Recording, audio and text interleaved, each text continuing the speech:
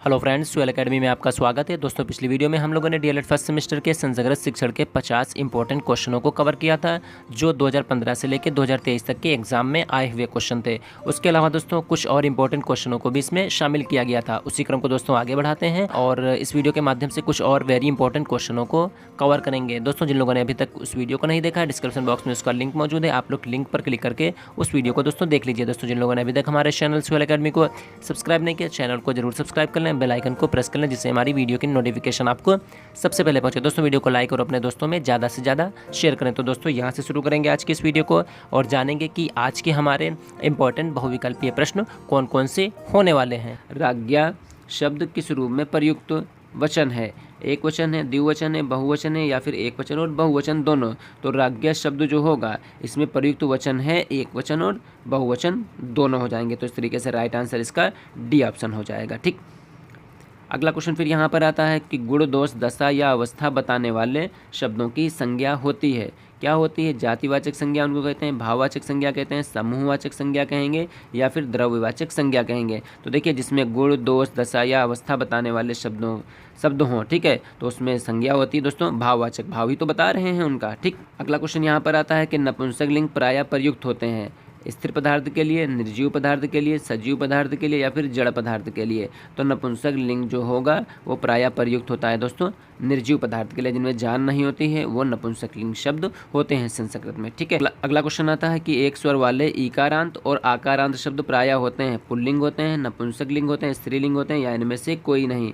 तो दोस्तों, यहाँ पर जो एक स्वर वाले ईकारांत और आकारांत जो शब्द हो जाएंगे ये हो जाएंगे दोस्तों स्त्रीलिंग। ठीक, ध्यान रखिएगा दोस्तों, स्त्रीलिंग शब्द ऐसे होते हैं। ठीक, अगला क्वेश्चन आता है कि आदर का भाव व्यक्त करने के लिए किस वचन का प्रयोग किया जाता है? एक वचन, द्विवचन, बहुवचन या इनमें से कोई नहीं। तो दोस्तों, आदर का भाव व्यक्त करने के लिए जिस वचन का प्रयोग होगा वो हो जाएगा बहुवचन का। ठीक, अगला क्वेश्चन आता है इकारांत पुल्लिंग का शब्द है मुस्का, पितामह, कवि या फिर तरु। तो इकारांत शब्द का पुल्लिंग हो जाएगा दोस्तों कवि, यहाँ पे राइट आंसर इसका हो जाएगा। अगला क्वेश्चन हो जाएगा उकारांत नपुंसक लिंग का उदाहरण।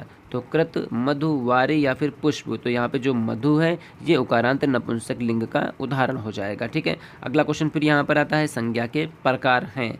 तो 2 प्रकार हैं, 3 प्रकार हैं, 5 प्रकार हैं या फिर 4 प्रकार हैं। तो यहाँ पे संज्ञा के प्रकार हो जाएंगे दोस्तों 5, संज्ञा 5 प्रकार की हो जाएगी। अगला क्वेश्चन यहाँ पर आता है कि व्यक्तिवाचक संज्ञा का उदाहरण। तो रामाय, सूर्या, काका या फिर ये सभी। तो दोस्तों, व्यक्तिवाचक संज्ञा के उदाहरण हो जाएंगे ये सभी, रामाय, सूर्या और काका इसमें होता है। ठीक है, अगला क्वेश्चन यहाँ पर फिर आएगा लिंग के भेद हैं। तो लिंग के 2 भेद हैं, 3 भेद हैं, 5 भेद हैं या 4 भेद हैं। तो आपको पहचान करके यहाँ पर लिखना है कि लिंग के कितने भेद हैं। ठीक है, तो लिंग के भेद होते हैं दोस्तों 3 होते हैं। ठीक है, स्त्रीलिंग, पुल्लिंग और नपुंसक लिंग। अगला क्वेश्चन फिर यहाँ पर आता है कि संस्कृत भाषा में वचन कितने प्रकार के होते हैं? 1, 2, 3 या फिर 4। तो संस्कृत भाषा में दोस्तों वचन हो जाएंगे 3 प्रकार के। ठीक है, ध्यान रखिएगा, राइट आंसर इसका सी ऑप्शन हो जाएगा।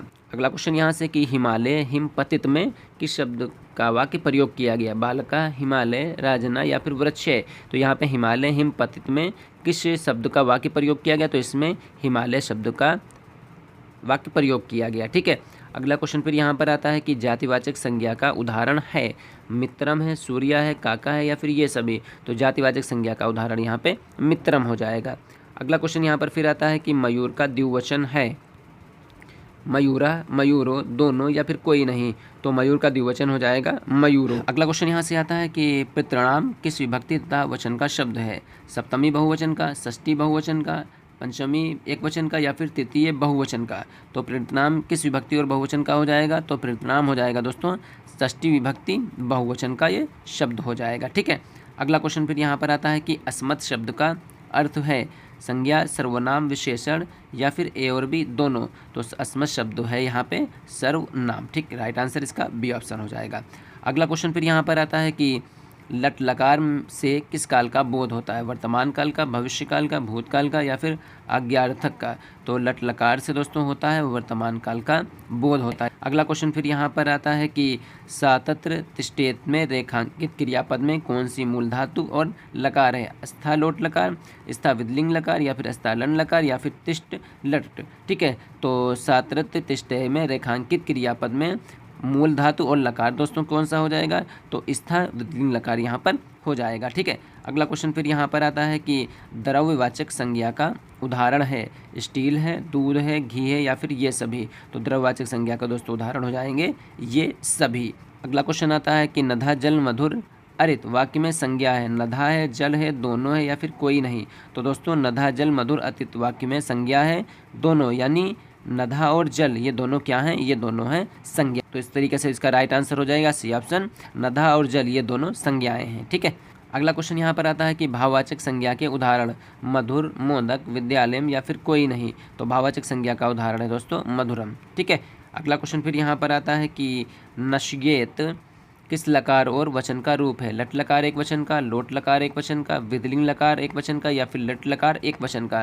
तो नस्ते किस लकार और वचन का रूप है, तो यह है विदलिंग लकार एक वचन का रूप है। ठीक है, अगला क्वेश्चन फिर यहाँ पर आता है कि भूतकाल का संबंध होता है, तो लट लकार से, लट लकार से, लोट लकार से या फिर लन लकार से। तो भूतकाल का संबंध होता है दोस्तों लन लकार से। ठीक है, अगला क्वेश्चन फिर यहाँ पर आता है कि भविष्य काल का संबंध होता है, लट लकार से, लन लकार से, लट लकार से या फिर लोट लकार से। तो भविष्य काल का दोस्तों संबंध हो जाएगा लट लकार से। ठीक है, अगला क्वेश्चन फिर यहाँ पर आता है कि चाहिए के अर्थ के लिए किस लकार का प्रयोग होता है, लट लकार, लोट लकार, लट लकार या फिर विदलिंग लकार का। तो चाहिए के अर्थ के लिए विदलिंग लकार का प्रयोग होता है। ठीक है, अगला क्वेश्चन फिर यहाँ पर आता है कि आज्ञावाचक का संबंध होता है, लट लकार से, लोट लकार से, लन लकार से या फिर विदलिंग लकार से। तो आज्ञावाचक का संबंध होता है दोस्तों लोट लकार से, बी ऑप्शन इसका राइट हो जाएगा। ठीक है, अगला क्वेश्चन फिर यहाँ पर आता है कि यदि किस धातु का रूप है, अस, याच, इश का या फिर आप का।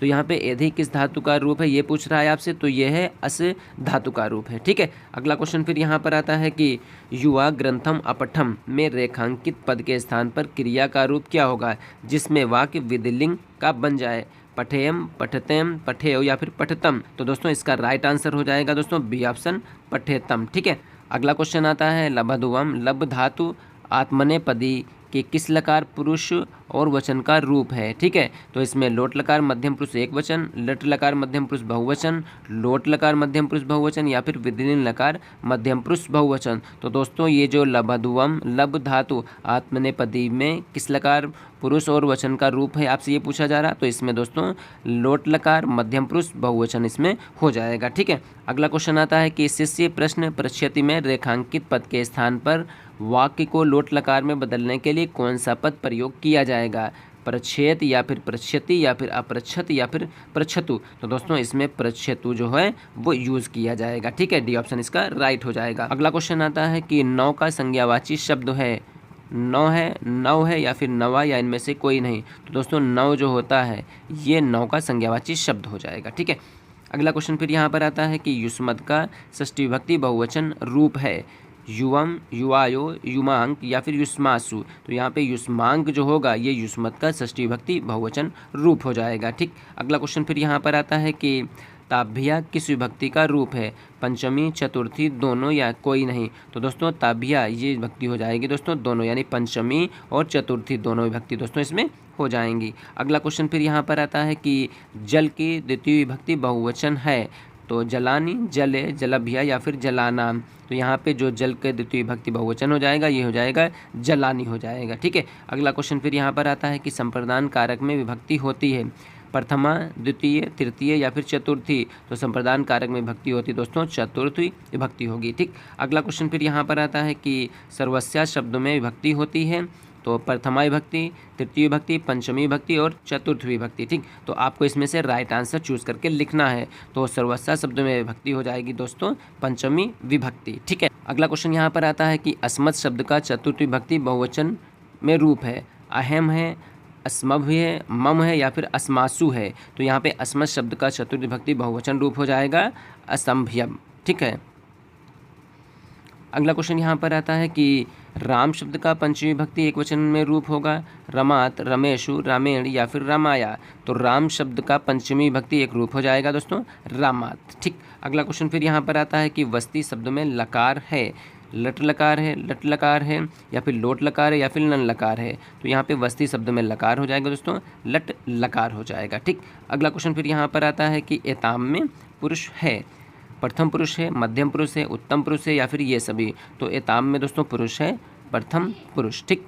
अगला क्वेश्चन यहाँ पर आता है कि पठाम वचन है, एक वचन है, द्विवचन है, बहुवचन है या कोई नहीं। तो पठाम में वचन हो जाएगा दोस्तों यहाँ पे बहुवचन हो जाएगा। ठीक, राइट आंसर इसका सी ऑप्शन सही हो जाएगा। अगला क्वेश्चन यहाँ पर आता है कि अक्रूताम में लकार है, लोट लकार है, लट लकार है, लट लकार है या फिर लन लकार है। तो अक्रूताम में दोस्तों लकार हो जाएगा, लन लकार यहाँ पे हो जाएगा। ठीक है। अगला क्वेश्चन फिर यहाँ पर आता है कि माध्यमिक स्तर पर संस्कृत में लकारों की संख्या 5 होती है, 3 होती है, 2 होती है या फिर 1 होती है। तो माध्यमिक स्तर पर संस्कृत में लकारों की दोस्तों संख्या आपसे पूछा जा रहा है, तो ये हो जाएगी 5 हो जाएगी। ठीक, ध्यान रखिएगा, ये ऑप्शन इसका राइट होगा।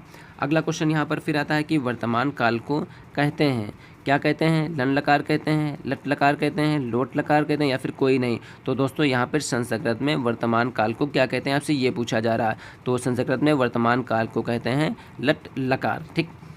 अगला क्वेश्चन यहाँ पर आता है कि पट धातु का प्रथम पुरुष द्विवचन में रूप है, अपटाम, अपटम, अपठाव या फिर ये सभी। दोस्तों पट धातु का प्रथम पुरुष द्विवचन रूप हो जाएगा, अपठताम हो जाएगा। ठीक है। अगला क्वेश्चन फिर यहाँ पर आता है कि पटसी में वचन है, तो पटसी में एक वचन है, द्विवचन है, बहुवचन है या कोई नहीं। तो पटसी में वचन है दोस्तों एक वचन। ठीक, राइट आंसर ए ऑप्शन इसका हो जाएगा। अगला क्वेश्चन फिर यहाँ पर आता है कि धवता में वचन है, द्विवचन है, एक वचन है, बहुवचन है या कोई नहीं। तो धवता में वचन है दोस्तों द्विवचन हो जाएगा। ठीक है। अगला क्वेश्चन यहाँ पर फिर आता है अगच्छन में लकार है, लन लकार है, लट लकार है, लोट लकार है या कोई नहीं। तो अगच्छन में लकार हो जाएगा दोस्तों लन लकार हो जाएगा। ठीक। अगला क्वेश्चन फिर यहाँ पर आता है कि सर्वनाम के भेद हैं, तो 4 हैं, 5 हैं, 6 हैं या फिर 3 हैं। तो दोस्तों सर्वनाम के भेद हो जाएंगे दोस्तों 6 भेद हो जाते हैं। ठीक।